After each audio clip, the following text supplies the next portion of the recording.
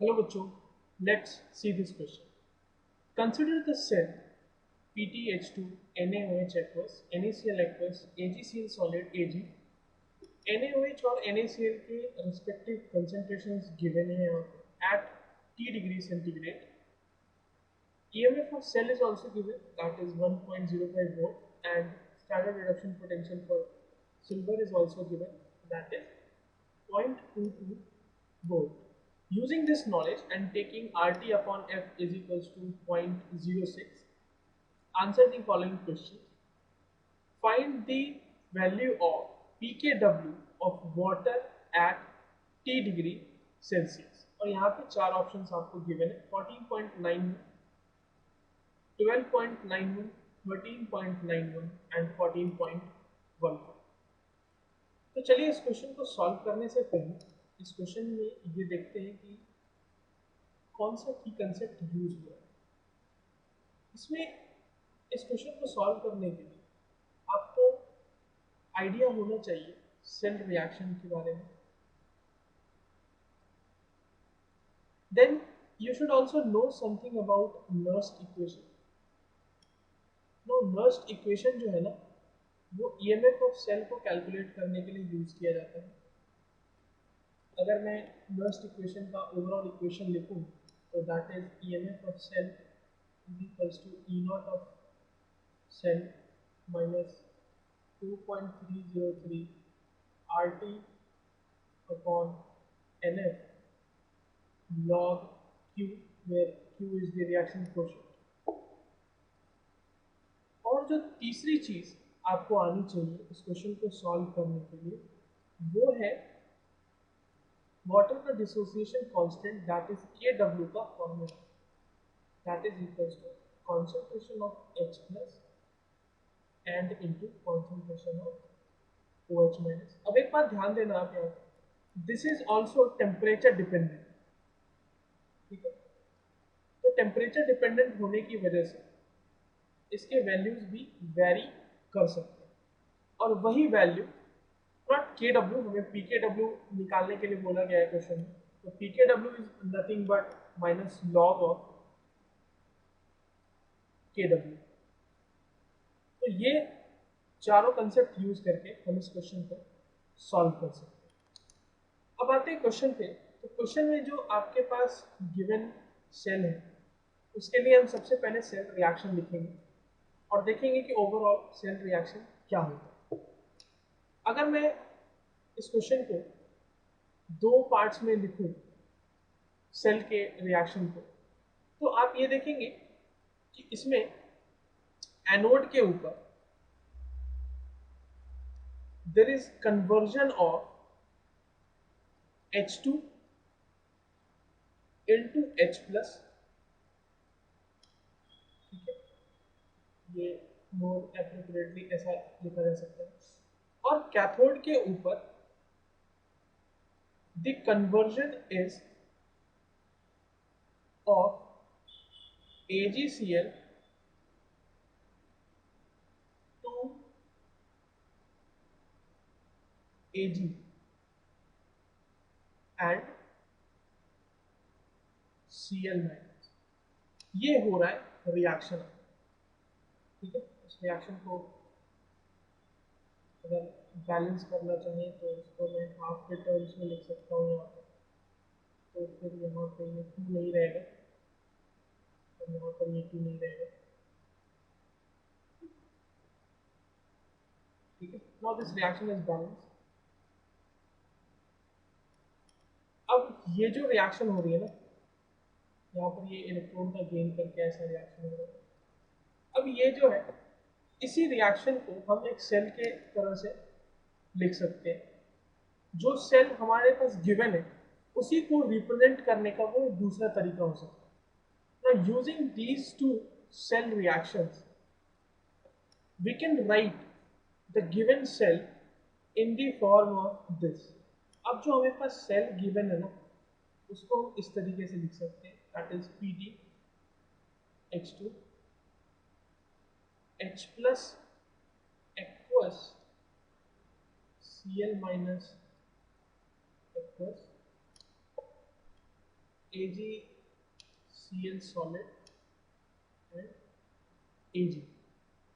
और ये जब हमने लिख लिया तो इसके लिए EMF ऑफ सेल क्या हो सकता है, E नॉट ऑफ सेल, तो that will be E not of AgCl Ag minus E not of hydrogen electrode, standard hydrogen electrode, जिसकी वैल्यू 0 होती है। तो आपके पास इस क्वेश्चन में गिवन है AgCl के लिए स्टैंडर्ड रिडक्शन पोटेंशियल, और वही इसका आंसर आ गया। तो ये हो गया E नॉट ऑफ सेल। अब इस E नॉट ऑफ सेल का यूज हम नर्स्ट इक्वेशन में करेंगे। तो चलिए सबसे पहले नर्स्ट इक्वेशन लिखते हैं अब इस रिएक्शन के लिए। ओवरऑल जो रिएक्शन हो रहा है हमारा, ओवरऑल रिएक्शन जो है इस क्वेश्चन का, that can be written in terms of half H2 gas plus AgCl solid giving H plus aqueous plus Ag solid plus Cl minus aqueous। अब यहाँ पे जो E नॉट E सेल होगा, EMF of cell, that can be written as E not of cell minus, और 2.303 RT upon NF वाले term को question में कहा गया है कि उसको हम 0.6 ले लें, 0.06 ले लें सॉरी, गिवन कि नंबर ऑफ इलेक्ट्रॉन्स एक्सचेंज भी 1 है तो 1 लिख देंगे यहाँ पे।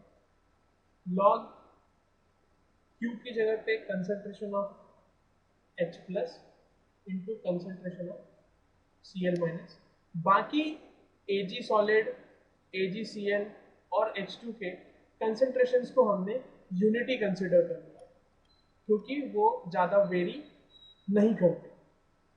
अब यहाँ पे जो जो वैल्यूज हमें गिवन है उसको हम धीरे धीरे इसमें पुट कर देते हैं इस रिएक्शन में। सो जैसे 1.05, 0.22 माइनस 0.06 लॉग।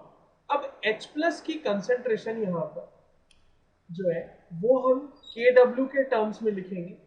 KW के टर्म्स में इसलिए लिखेंगे क्योंकि हमें OH माइनस का कंसंट्रेशन क्वेश्चन में गिवन है NaOH के टर्म्स। आप देखिए NaOH जो है ना यहाँ पे NaOH का कंसंट्रेशन दिया हुआ है, तो that will give you the concentration of OH minus.